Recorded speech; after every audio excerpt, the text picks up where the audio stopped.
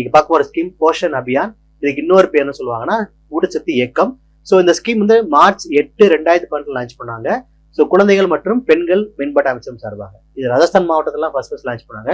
இந்த ஸ்கீம் நோக்கம் என்னன்னா வந்து 6 குழந்தைகள், கர்ப்பிணி பெண்கள், பாலூட்டும் தாய்மார்கள், வளர் இளம் பெண்கள். ஸோ இவங்களுடைய ஊட்டச்சத்து அளவை இம்ப்ரூவ் பண்றதுக்கான ஒரு ஸ்கீம் தான் இது.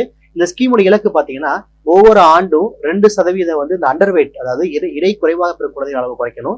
2% வந்து ஒவ்வொரு ஆண்டும் இந்த மால் நியூட்ரிஷியஸ், அதாவது ஊட்டச்சத்து குறைபாடை குறைக்கணும்.